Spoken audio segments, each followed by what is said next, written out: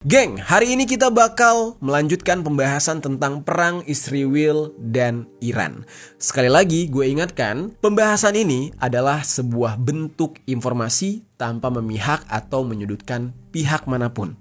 Dan informasi ini semoga bisa menjadi edukasi buat kita semua. Dan ya, ini tidak bermaksud untuk melanggar aturan YouTube atau untuk membahas hal-hal yang dilarang oleh YouTube. Nggak sama sekali. Jadi ini murni sebagai informasi dan semoga bisa menjadi edukasi buat kita semua. Masih ada beberapa update terbaru nih geng, yang udah gue rangkum, udah gue kumpulin dan bakal kita bahas informasinya. Update-nya itu mulai dari semakin lemahnya pertahanan Israel yang dikatakan ya, mereka hanya sanggup menahan serangan Iran selama 12 hari aja. Ini maksud dari hitungan 12 hari itu dari yang kemarin ya, karena ini skripnya sudah ditulis dari kemarin. Hari ini gue syuting, besok tayangnya. Jadi ya berarti di hari tayangnya itu sudah berkurang sekitar 3 hari. Berarti sisa 9 hari. Nah tapi informasi tersebut hanyalah sebuah prediksi ya. Hanyalah sebuah estimasi. Jadi jika dikatakan 9 hari sudah lemah, ya bukan berarti di hari itu juga mereka benar-benar lemah. Kan banyak kemungkinan yang bisa terjadi. Bisa aja mereka disupport, bisa aja tiba-tiba mereka ya pura-pura lemah, tahu-tahu mereka masih kuat. Nah, tapi dari perhitungan kasarnya dikatakan kemungkinan besar Israel ya itu bakal melemah pertahanannya, terutama pada Iron Dome, karena mereka terus-menerus bekerja menghalangi roket-roket dan rudal-rudal dari Iran. Di satu sisi, Iran itu tidak akan gentar dalam melancarkan serangan ke Israel karena Iran secara perdana itu meluncurkan rudal terbaru mereka, yaitu rudal yang bernama Sejil. Nanti gue akan lihatkan videonya, serem banget geng. Ini rudal serem banget, ada videonya. Dan terus saat ini Iran juga sudah mengibarkan bendera merah. Bendera ini bukanlah bendera Iran yang selama ini kita kenal geng, tapi ini adalah bendera merah yang dikibarkan dan memiliki arti tersendiri. Apa dari makna bendera merah ini? Oke, nanti gue bakal jelaskan. Nah kemudian ada update lainnya nih mengenai operasi penangkapan agen Mossad secara besar-besaran oleh Iran. Bahkan Iran sendiri tidak segan-segan untuk mengeksekusi warga negara mereka sendiri yang diduga menjadi agen Mossad.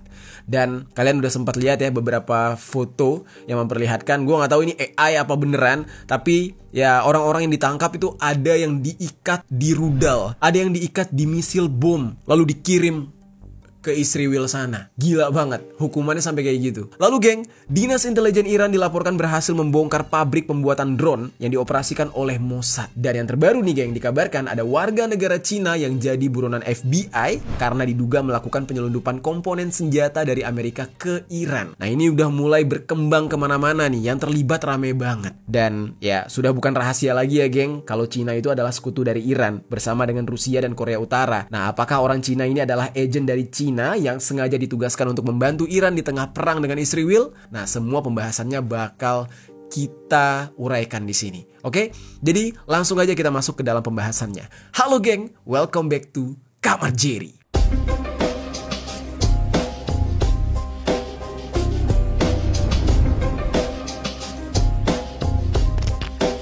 Geng. Oke, untuk pembahasan yang pertama, kita akan membahas dulu nih persoalan pertahanan udara Israel yang dikatakan semakin lama semakin melemah.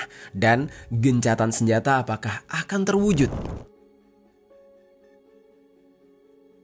Jadi geng, sudah 6 hari sejak Israel menembakkan rudal ke fasilitas militer dan nuklir milik Iran. Israel yang merasa lebih superpower awalnya ya dibandingkan dengan Iran, dengan jumawanya menyerang Iran dan berpikir mereka bakal menang. Namun pada kenyataannya, kondisi di lapangan menunjukkan sebaliknya. Ada sebuah laporan yang dibuat oleh The Washington Post yang mengutip media Al-Mayadin namanya, yang mana di sana disebutkan perang antara Israel dan Iran ini mungkin tidak akan berkelanjutan. Mungkin nih, ini mungkin. Dan hal ini disimpulkan setelah The Washington Post menyoroti meningkatnya biaya dan berkurangnya pasokan pencegat sistem pertahanan udara yang memegang peran penting dalam jaringan pertahanan Israel, yaitu Iron Dome salah satunya. Berdasarkan laporan tersebut, ada penilaian dari pejabat intelijen Amerika Serikat dan juga Israel yang menunjukkan bahwa tanpa pasokan ulang atau intervensi intervensi militer asing secara langsung, Israel mungkin hanya bisa mempertahankan tingkat pertahanan misilnya itu ya antara 10 sampai 12 hari ke depan. Jadi ibaratnya tuh kehabisan peluru, geng. Kehabisan rudal, kehabisan Iron Dome. Dan untuk itu, pihak Israel perlu menjalankan sistem pertahanannya secara efisien dengan memilih rudal mana yang lebih diprioritaskan untuk dicegat. Karena sebenarnya sistem pertahanan mereka sendiri sudah mulai kewalahan. Namanya juga mesin.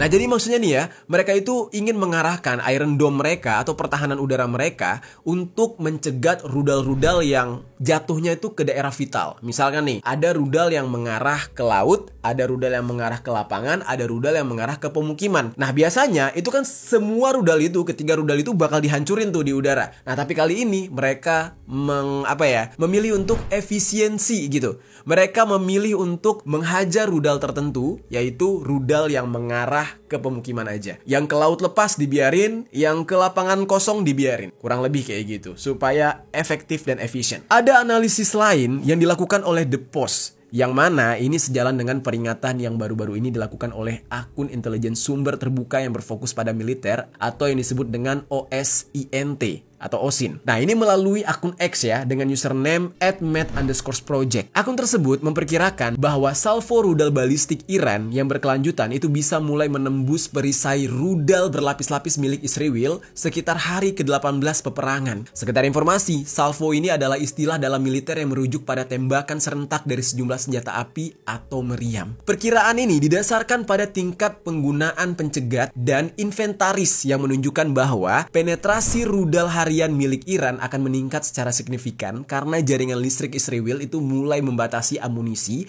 dan memprioritaskan zona kritis. Jadi aliran atau jaringan listrik mereka itu udah mulai membatasi ke senjata-senjatanya. Karena kan senjatanya itu semuanya semi otomatis tuh. Jadi butuh aliran listrik. Nah, itu udah mulai dikurangi. Jadi sekarang mereka lebih memprioritaskan ke zona-zona yang benar-benar kritis aja. Dan tekanan ekonomi untuk mempertahankan diri dari serangan rudal berat Iran juga menjadi beban yang gak bisa dipertahankan oleh Israel.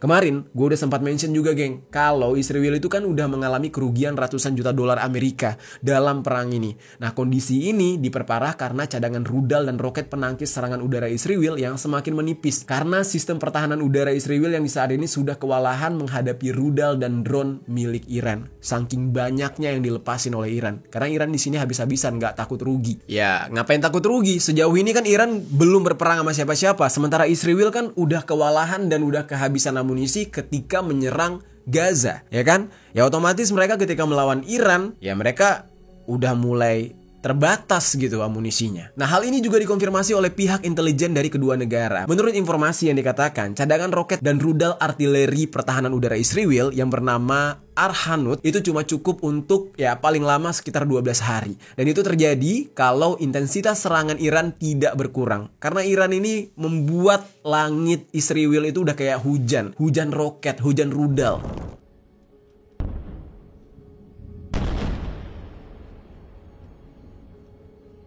Pakar rudal dari Missile Defense Advocacy Alliance yang bernama Tal Inbar itu bilang Israel bakal mendorong gencatan senjata begitu cadangan roket dan rudal milik Arhanut itu menipis. Jadi kalau udah lemah, udah capek mereka baru mendorong gencatan senjata. Mereka minta damai. Dan ini pernah terjadi ketika Israel melakukan gencatan senjata dengan Mamas pada tahun 2014. Yang mana perlu kalian ketahui, roket serta rudal Arhanut milik Israel ini itu mahal banget, geng. Dan saat ini Israel tidak bisa sepenuhnya mengandalkan Iron Dome untuk menangkis rudal-rudal milik Iran yang terus berkembang dan mereka punya 9 versi yang mana Iron Dome tidak mengenali sistem radar mereka. Di dalam hal ini mereka sudah mengeluarkan biaya yang mahal untuk operasional Iron Dome, tapi Iron Dome-nya juga nggak bisa ya efektif menangkis rudal Iran secara maksimal. Banyak yang lolos. Nah, cuma kondisi sulit ini ternyata nggak cuma dialami oleh Israel, geng, tapi juga dari pihak Iran. Iran juga lumayan mengalami kesulitan. Amerika dan Israel memperkirakan Iran punya 2.000 unit rudal yang bisa menjangkau Israel. Namun sebagian besar rudalnya atau peluncurnya sudah dihancurkan oleh Israel. Nah, di dalam serangan Israel terhadap Iran di awal-awal. Dan dugaan tersebut bisa terlihat dari skala serangan Iran yang katanya sih mulai berangsur berkurang. Ini menurut media barat, menurut Amerika dan Israel juga. Dan sejak hari Jumat kemarin, Iran sudah meluncurkan sedikitnya 400 rudal dan jumlah rudalnya terus menurun meskipun di sisi lain jumlah rudal yang mencapai target semakin meningkat. meningkat. Jadi ibaratnya gini, di awal-awal nih hari pertama serangan Iran nih, itu 50 rudal misalkan. Yang masuk itu misalkan cuma 30, ya kan? Nah, ternyata besokan dia berkurang jadi cuma 30 rudal, tapi 30-nya masuk. Nah, jumlahnya memang agak berkurang, tapi jumlah yang mencapai target atau yang bisa lolos dari pertahanan udara Israel malah semakin banyak. Terus geng, jumlah rudal yang ditembakkan oleh Iran saat ini lebih sedikit dibandingkan di bulan April dan Oktober 2024. Pada bulan Oktober 2024, Iran itu sempat menembakkan 200 rudal dalam sehari. Dan saat ini, jumlahnya menurun jadi 150 rudal, jadi beberapa unit doang per hari. Jim Lamson, selaku peneliti dari James Martin Center for Non-Proliferation Studies, itu mengatakan bahwa Iran kesulitan menambah rudal dan peluncur baru yang disebabkan sebagian fasilitas produksi mereka sudah rusak karena dibombardir oleh Israel. Tasnim, media lokal yang ada di Iran melaporkan kapasitas Iran yang sebenarnya tidak akan pernah bisa dipahami oleh Israel. Walaupun ya Israel menganggap Iran mulai berkurang lah, fasilitasnya mulai dihancurin. Nah, namun menurut pihak Iran melalui media lokal mereka, mereka tuh seolah-olah berkata, ya elah lu gak tahu apa-apa tentang kita. Ya udah silakan aja menerka-nerka, tebak-tebak gitu. Tapi dijamin rudalnya bakal ada terus. Iran dikatakan memiliki banyak rudal jenis Shahab 3 dan Fatah 110 yang bisa mencapai Israel dengan gampang. Seluruh wilayah Israel bisa ditargetkan dengan rudal tersebut yang memiliki jangkauan maksimal 1.500 km. Dan Iran menerbangkan berbagai varian drone Shahid. Meskipun mengangkut peledak, tapi fungsi utama drone tersebut adalah untuk mengacau Arhanut, yaitu pertahanan udara milik Israel yang levelnya di atas Iron Dome. Nah, itu dikacaukan pakai drone. Jadi bisa dikatakan ya, drone itu cuma buat ngacau-ngacauin doang, padahal serangannya tuh yang jelas bakal dilakukan oleh rudal yang membawa hulu ledak lebih besar. Jadi untuk bikin kewalahan pertahanan udaranya aja. Dan sementara itu, media lokal Israel melaporkan polisi di saat ini memburu siapapun yang memviralkan dampak dari serangan rudal Iran. Dan selain itu, media asing dilarang memberitakan dampak serangan Iran jika materi laporannya belum disensor oleh pihak Israel. Jadi ada jaga gengsi juga di sini. Lalu geng, meskipun dikatakan Iran mengalami kondisi yang sama-sama terdesak, tapi Iran masih tidak gentar. Yang mana justru mereka tetap konsisten mempertahankan betapa kuatnya militer dan pertahanan negara mereka. Salah satunya, secara perdana Iran meluncurkan serangan menggunakan rudal Sejil. Nah, ini yang paling gokil nih, gue suka banget bagian ini. Kita bakal bahas tentang rudal Sejil ini geng.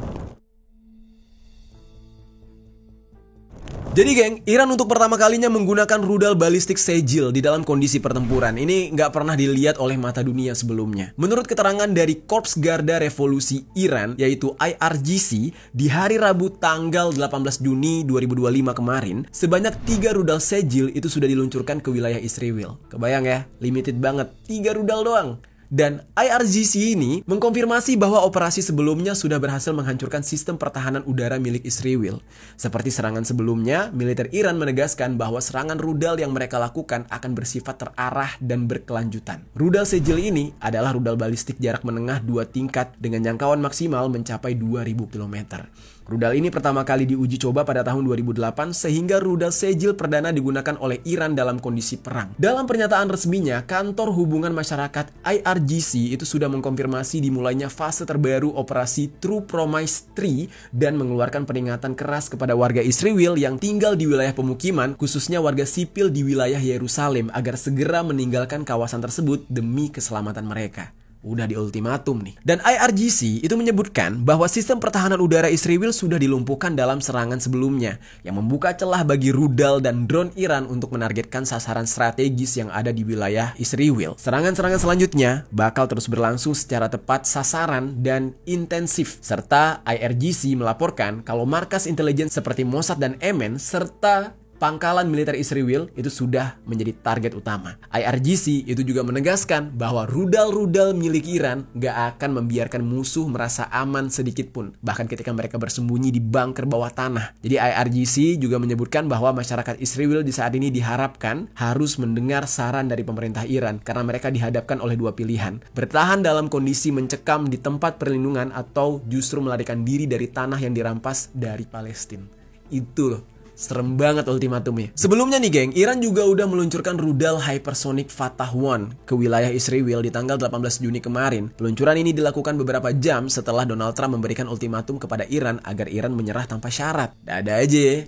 nyuruh orang nyerah, nggak taunya jauh lebih kuat gitu. Terus geng, sementara itu pemimpin tertinggi Iran yaitu Ayatollah Ali Khomeini itu menjawab ultimatumnya Donald Trump tersebut dengan mengatakan bahwa bangsa Iran siap untuk berperang, siap juga untuk berdamai. Ya, karena memang ya pada dasarnya secara agama ya memang mereka sebagai muslim diajarkan untuk saling mengasihi, saling berdamai. Tapi karena terus-menerus diinjak di tanah sendiri, dizolimi di tanah sendiri, ya mereka juga siap untuk berperang. Dan bangsa Iran tidak akan menyerah kepada siapapun. Sejarah mencatat Iran itu nggak bisa diancam dan nggak kenal menyerah. Dan perlu diketahui geng, Iran ini adalah ya bangsa yang dilahirkan memang untuk berperang. Memang bangsa yang dilahirkan sebagai kesatria. Mereka ini adalah Persia, ya. Mereka itu bangsa Persia, Persian.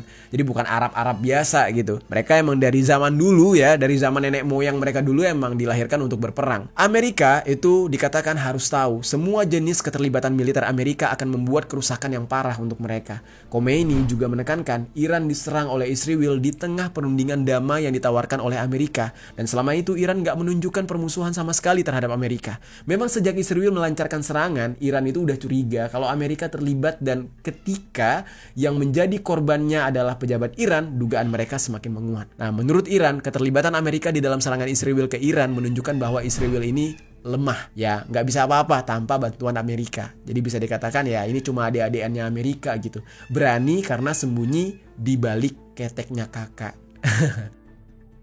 Nah terus geng, Eli Geranmaye selaku peneliti European Council on Foreign Relations itu bilang saat ini Donald Trump berada di dalam posisi yang sulit karena harus memilih untuk ikut perang atau justru meneruskan upaya diplomatik. Nah dia menyebutkan pernyataan Donald Trump yang mendesak Iran untuk menyerah sama saja dengan deklarasi perang ke Iran. Karena ya ibaratnya nih ya, lu udah tahu nih kelasnya kayak Khabib Nurmagomedov nih atau Mike Tyson ya kan, bisa ngelawan tapi tiba-tiba lu minta dia udah lu nyerah aja tanpa syarat, nggak usah aneh-aneh, ya nggak mau lah, dia punya power gitu. Serangan Amerika ke Iran tidak akan bisa dikontrol dampaknya. Terus geng, kegigihan Iran di dalam terus melawan Israel, bahkan jika Amerika harus terlibat sekalipun di dalam perang ini, Iran tetap tidak akan gentar sama sekali dan gak akan mundur. Bahkan di saat ini ada sebuah peristiwa yang jujur aja ya ini bikin orang-orang yang paham itu jadi merinding, yaitu Iran sudah mengibarkan sebuah bendera yang berbeda dengan bendera mereka pada umumnya,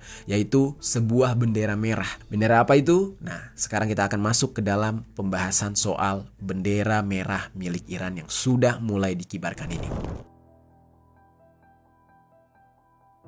Jadi geng, di saat ini negara serta orang-orang yang ada di seluruh dunia sedang melihat bagaimana ketangguhan militer dan pertahanan Iran. Tapi ada satu hal nih yang membuat Iran jadi sorotan dunia, karena Iran sudah mengibarkan sebuah bendera, yaitu bendera merah di atas Masjid Jamkaran yang berada di kota Qom yang berjarak sekitar 140 km dari kota Teheran. Nah ini orang-orang tuh kayak bertanya-tanya, ini apa sih sebenarnya?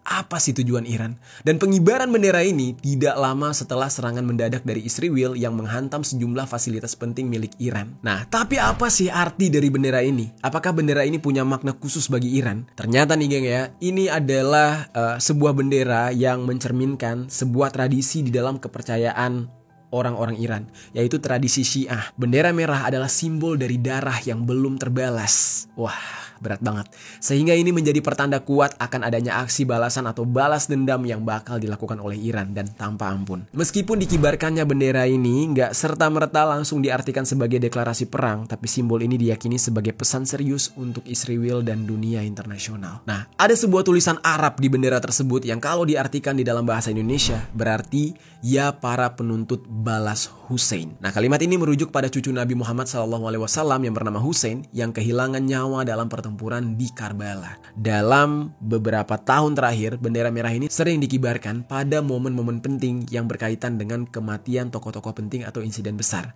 Contohnya, ketika bendera merah ini dikibarkan setelah kematian dari pemimpin Mamas yang bernama Ismail Haniyeh yang diduga dieksekusi oleh Israel. Pengibaran bendera merah ini juga bukan hanya sebagai tanda berkabung, tetapi juga simbol kesiapan Iran untuk melakukan pembalasan. Setelah meninggalnya tokoh-tokoh penting Iran, pemerintah Iran mengibarkan bendera merah sebagai tanda kemarahan dan panggilan untuk melakukan tindakan balasan, geng. Selain itu, bendera merah juga dikibarkan di atas kubah masjid dan tempat-tempat suci sebagai tanda berkabung nasional dan janji balas dendam atas mereka yang sudah tewas secara tidak adil. Ya walaupun ya di dalam ajaran agama Islam sebenarnya tidak diajarkan nih, tidak dianjurkan untuk membalas dendam atau memiliki dendam. Nah, tapi berbeda ya, Iran ini adalah masyarakat Syiah, berbeda dengan Islam Sunni. Nah, kita nggak tahu nih, jujur ya, gue secara pribadi nggak tahu Syiah itu seperti apa, aturan mereka seperti apa, tapi yang jelas mereka mempunyai tradisi yaitu balas dendam kayak gini. Nah, di dalam tradisi Iran kuno, bendera merah dikibarkan di rumah orang-orang yang menjadi korban dan nggak akan diturunkan sampai pembalasan dendam dilakukan. Nah, jadi bisa dikatakan ini bukan lagi berhubungan dengan agama doang, tapi udah jadi tradisi mereka. Dan bendera merah juga menjadi simbol ketegasan dan keberanian dalam menghadapi ancaman. Di dalam konteks geopolitik, pengibaran bendera merah ini sering menjadi sinyal bahwa Iran siap menghadapi agresi dan tidak akan tinggal diam terhadap tindakan yang dianggap merugikan negara dan sekutunya. Jadi kacau nih, geng. Ini ibaratnya memang udah keluar tanduknya nih pihak Iran. Oke, sekarang kita masuk ke dalam kabar terbarunya nih, geng. Ya, ketika Iran berhasil ngebom rumah sakit yang dijadikan sebagai tempat perawatan bagi IDF yang mengalami cedera. Kita masuk ke dalam pembahasannya.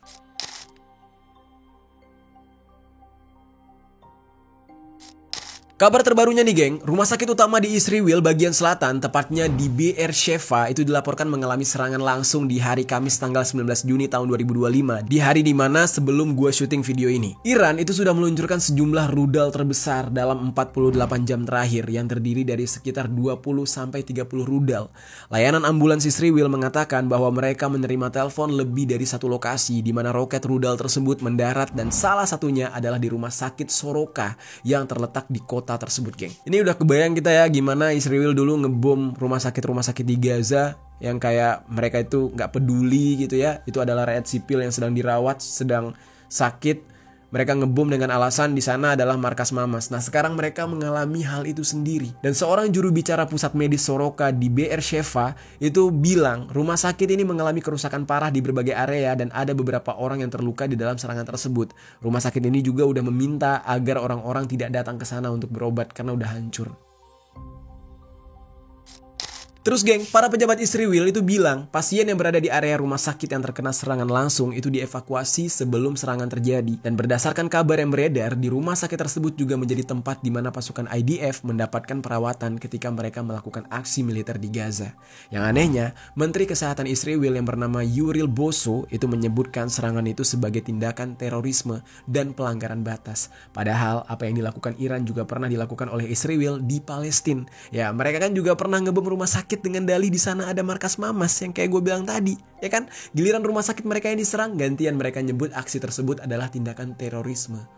Berarti mereka juga, ya kan, kayak nggak ngaca gitu. Nah, kenapa nggak malu ya bilang kayak gitu? Ini aneh banget. Nah, sementara itu tentara Israel meminta penduduk di 2 desa yang dekat dengan fasilitas nuklir untuk mengungsi dan mengumumkan akan ada serangan yang segera terjadi. Front Pertahanan Dalam Negeri itu mengatakan sirine berbunyi lagi di Tel Aviv dan beberapa kota di Galilea yang terletak di Israel Utara untuk memperingatkan adanya drone yang menyusup dan meminta warga Israel untuk masuk ke tempat perlindungan atau bunker. Nah, sementara itu, geng, Iran membantah kalau mereka sengaja menyerang rumah sakit Soroka ini. Iran sedari awal mengaku mereka menargetkan markas pertahanan Israel di dalam serangan ini. Jadi nggak ada yang menargetkan rumah sakit. Tapi kemungkinan rumah sakit tersebut bisa porak-poranda karena gelombang hantaman rudal di titik yang lain yang akhirnya berdampak ke sana. Yang mana di saat itu menurut pengakuan Iran, mereka itu menargetkan unit teknologi elit militer Israel yang disebut dengan C4I. Nah, C4I ini memiliki cabang kampus di daerah tersebut. Dan memang Iran tuh mengakui bahwa mereka tahu kalau rumah sakit Soroka ini adalah tempat di mana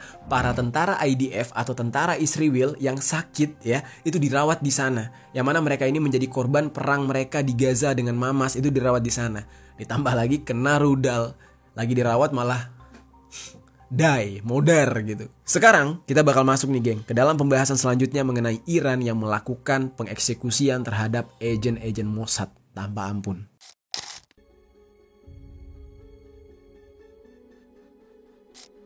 Jadi geng, ketika konflik antara Iran dan Israel meluas, Iran gak cuma melancarkan serangan udara aja, tapi juga menangkap orang-orang yang diduga adalah bagian dari Mossad, badan intelijen milik Israel. Di tanggal 15 Juni kemarin, ya, Iran mengklaim mereka menangkap 2 agen Mossad yang beroperasi di daerah Savoj Bolak, provinsi Alborz Utara Iran. Nah, jadi ya kita tahu ya, memang mata-mata milik Israel ini canggih-canggih banget, cerdik-cerdik banget, licik-licik banget juga. Mereka udah bisa masuk ke negara lawan. Nah ternyata Iran bisa membongkar semuanya. Dan penangkapan ini dilakukan oleh unit intelijen kepolisian provinsi Alborz. Dan di saat itu ya ada 2 orang yang ditangkap. Kedua tersangka ini beroperasi dari rumah persembunyian, di mana rumah tersebut mereka jadikan tempat untuk memproduksi bom, bahan peledak, jebakan, serta peralatan elektronik untuk perang. Nah, kemudian di tanggal 16 Juni, penindakan terhadap agen Mossad ini terus berlanjut, geng. Di hari itu, pengadilan Iran mengkonfirmasi bahwa mereka sudah memberikan hukuman gantung, digantung orangnya, terhadap seorang pria yang diduga menjadi agen Mossad. Dan pria itu bernama Ismail Fikri, atau tulisannya Ismail Fikri. Dia ini bukan orang Israel, melainkan warga negara Iran. Fikri ini ditangkap pada bulan Desember 2023. Dia ditangkap di dalam operasi kontra intelijen besar-besaran yang dilakukan oleh pasukan keamanan Iran. Jadi dia ini membelot gitu. Menurut laporan resmi dari Kementerian Intelijen Iran di tanggal 20 Desember 2023, Fikri ini ditangkap setelah pihak berwenang memantau aktivitasnya dia selama berbulan-bulan. Di dalam pemantauan tersebut, Fikri ini terbukti menjalin komunikasi intensif dengan agen Mossad melalui saluran terenskripsi dan menerima bayaran besar untuk menyerahkan data sensitif milik Iran. Di dalam operasi ini juga mengungkap adanya jaringan spionase yang beroperasi di kota Rey yang terletak di pinggiran Teheran. Nah, dalam penggerebekannya ya dilakukan pada tanggal 18 Desember 2023, aparat keamanan itu menemukan gudang berisi bahan peledak, ada drone militer juga, peralatan komunikasi canggih yang diduga digunakan untuk misi sabotase juga. Gokil banget. Terus geng, proses hukum terhadap si Fikri ini berlangsung selama lebih dari setahun dengan Mahkamah Agung Iran yang akhirnya menolak permintaan banding dari Fikri pada tanggal 10 Juni 2025. Dia pun dieksekusi. Eksekusinya dilakukan di sebuah penjara yang ada di Teheran. Dan berdasarkan laporan Amnesty International pada tanggal 1 Juni 2025, setidaknya ada 5 warga Iran yang sudah dieksekusi sepanjang tahun 2025 atas tuduhan spionase untuk Israel, alias membelot alias jadi pengkhianat. Nah, eksekusi ini memperlihatkan akan ketegasannya Iran di dalam menghadapi ancaman bagi mata-mata di tengah perang dengan Israel. Ismail Khatib selaku Menteri Intelijen Iran bilang, siapapun yang bekerja untuk musuh akan menghadapi hukuman maksimal. Dan eksekusi ini menjadi pesan bahwa Iran tidak akan membiarkan intelijen asing untuk melemahkan pertahanan milik Iran. Jadi mereka benar-benar seketat itu. Terus geng, berlanjut lagi di tanggal 18 Juni, otoritas Iran kembali menangkap 5 orang yang diduga menjadi agen Mossad alias mata-matanya Mossad. Mereka dituduh sudah mencoreng citra negara Iran. Dan selain itu, mereka juga berusaha untuk menyebarkan ketakutan di tengah masyarakat melalui aktivitas mereka secara online. Jadi mereka ini menyebarkan narasi yang gak benar, geng, di sosial media. Ya kayak buzzer gitu. Mereka semua ditangkap di provinsi Lorestan. Dan untuk itu, otoritas Iran menghimbau warganya untuk mengurangi penggunaan perangkat apapun yang terhubung ke internet dan mengambil tindakan pencegahan yang tepat. Himbauan ini gak cuma diperuntukkan untuk warga sipil aja, tapi juga untuk pegawai pemerintah seperti para pegawai negeri, tim keamanan di Iran itu dilarang menggunakan perangkat apapun yang terhubung ke jaringan internet seperti handphone, smartwatch, atau laptop selama ya terjadinya serangan udara terhadap Israel ini. Jadi untuk menghindari apa ya, biasanya kan perangnya itu nggak cuma perang senjata ya, pasti perang hacker, perang cybernya juga terjadi. Di tanggal yang sama, stasiun televisi pemerintah Iran ya itu menghimbau warga untuk menghapus aplikasi WhatsApp dari handphone mereka dengan mengingatkan bahwa aplikasi WhatsApp ini mengumpulkan lokasi dan data pribadi pengguna dan memberikan data tersebut ke Israel serta sekutunya Amerika. Karena kan ya WhatsApp itu punya Mark Zuckerberg, orang Amerika, perusahaan Amerika. Terus geng, gak cuma menangkap agen-agen Mossad aja. Pasukan keamanan Iran mengklaim kalau mereka sudah menggerebek fasilitas rahasia perakitan drone yang berlokasi di Shar-e-Rey yang terletak di sebelah selatan Teheran. Produksinya di Iran.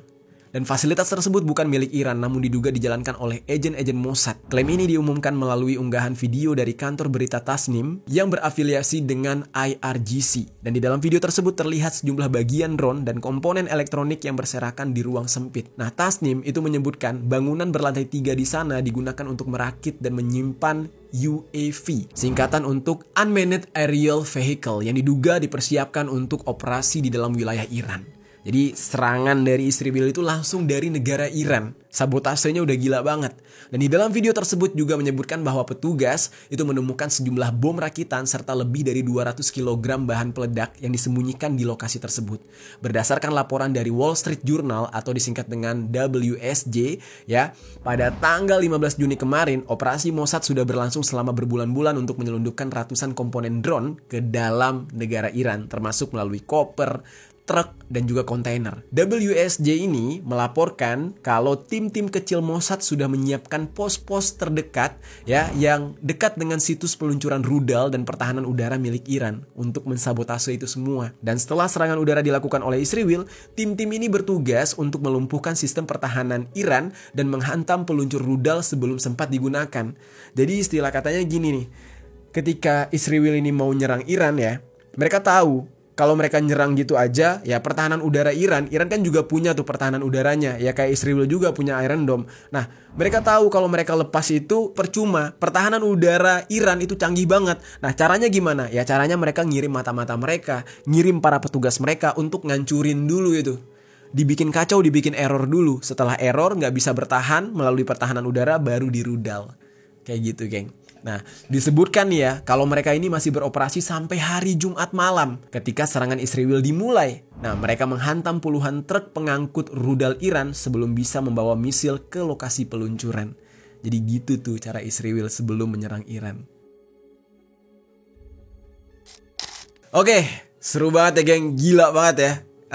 Perang mereka ini penuh dengan strategi dan fakta-fakta yang mencengangkan. Oke, selanjutnya ini lebih mencengangkan lagi. Kita bakal bahas ya, ada seorang warga negara China yang menjadi buronan FBI karena diduga dia ya menyelundupkan senjata dari Amerika ke Iran untuk memfasilitasi perang. Apakah dia adalah agen China untuk membantu Iran atau dia ini bekerja secara independen untuk keuntungan dia pribadi? Nah, sekarang kita bahas.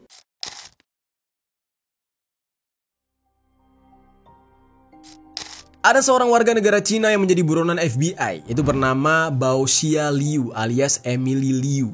Dia ini lahir tanggal 10 September tahun 1981 dan dia dituduh menyuplai ribuan komponen elektronik yang bisa digunakan untuk memproduksi drone, rudal balistik dan senjata militer lain dari Amerika. Gila. Amerika ya, musuhan sama Iran, tapi justru senjata dari Amerika dikirim buat Iran. Jadi barang-barang tersebut dikirim dari Amerika ke Iran melalui si Liu ini. Ya, karena sekarang sedang berlangsung perang antara Iran dan Israel, diduga barang elektronik yang disuplai oleh Liu digunakan dalam serangan Iran ke Israel. Dalam menjalankan aksinya tersebut, Liu tidak sendirian, geng, karena dia bekerja sama dengan 3 orang lain yang di saat ini juga masuk ke dalam daftar pencarian orang yang dirilis oleh FBI. Nah, mereka ini adalah Lee Yong-shin alias Emma Lee, terus ada Yung Yua alias Stephen Yung, dan juga Zhong Yanlai alias Sidney Chung. Departemen Luar Negeri Amerika bahkan mengumumkan imbalan sampai 15 juta dolar Amerika atau sekitar 245 miliar rupiah bagi siapapun yang bisa memberikan informasi yang mengarah kepada penangkapan si Liu dan rekan-rekannya ini. Terus geng, menurut pernyataan resmi ya, Liu dan rekannya ini udah melakukan penyelundupan sejak tahun 2007 loh geng. Jadi udah lama banget dan mereka bisa melakukan hal itu menggunakan perusahaan cangkang atau perusahaan bayangan yang ada di China dan juga Hong Kong untuk mengelabui eksportir Amerika. Mereka diduga menyembunyikan identitas pengguna akhir dari barang-barang yang dibeli mereka sehingga perusahaan Amerika jadi tertipu dan percaya kalau komponen tersebut akan digunakan di China, tempat di mana perusahaan bayangan ini berada. Jadi ibaratnya gini, mereka ini beli secara resmi nih dari Amerika, ya, diimpor ke China, ya. Setelah diimpor, ternyata pihak Amerika nggak tahu kalau barang-barang tersebut ternyata diekspor lagi ke Iran. Jadi cuma transit doang di Cinanya. Dan mereka mengirim barang-barang ini ke Iran melalui jaringan logistik yang sangat kompleks agar nggak bisa terdeteksi jejaknya. Dan sesampainya di Iran ya, barang-barang ini bakal diterima oleh pihak yang terafiliasi oleh IRGC yang diketahui nama perusahaannya adalah Shiraz Electronic Industries atau SEI dan juga Rayan Rosh Afzar. Nah, dua perusahaan ini diketahui ikut andil di dalam produksi militer Iran. Terus selain itu geng, senjata yang dihasilkan dari barang ilegal tersebut juga dijual ke negara-negara lain seperti Rusia, Sudan, dan juga Yaman. Nah, atas perbuatannya ini, Liu dan rekan-rekannya didakwa secara federal di Pengadilan Distrik Columbia pada bulan Januari tahun 2024 atas sejumlah pelanggaran berat, termasuk konspirasi, penyelundupan barang dari Amerika, pelanggaran sanksi Iran, serta penyampaian informasi ekspor yang salah. Dan saat ini, 4 orang tersebut masuk ke dalam daftar paling dicari oleh FBI. Keterlibatan Liu di dalam menyuplai senjata ke Iran ini menjadi sorotan karena muncul di tengah memuncaknya ketegangan antara negara tersebut dengan Israel. Departemen Luar Negeri Amerika juga menyebutkan IRGC secara rutin menggunakan perusahaan-perusahaan bayangan ini untuk menyamarkan aliran dana, menghindari sanksi, serta mendapatkan teknologi yang seharusnya tidak bisa mereka akses secara legal. Dan dari informasi ini juga dikatakan kalau Liu memiliki hubungan dengan China, Teheran, Shiraz, dan beberapa wilayah lain yang ada di Iran, serta juga Hong Kong. FBI menggambarkan Liu sebagai agen pengadaan, perdagangan senjata, dan operator berbagai perusahaan dagang di China yang berbicara dalam bahasa Mandarin, Kanton, dan juga Farsi. Nah, jadi itu ciri-cirinya tuh. Itu orang bisa berbahasa banyak. Makanya dia ketika berbisnis dengan beda-beda negara tuh gampang. Oke, sekarang kita bakal masuk ke dalam pembahasan selanjutnya mengenai Donald Trump nih. Yang mana Donald Trump ini memerintahkan penambahan kekuatan Amerika di Timur Tengah. Kok bisa nih? Apakah akan ikut perang juga? Sekarang kita bahas.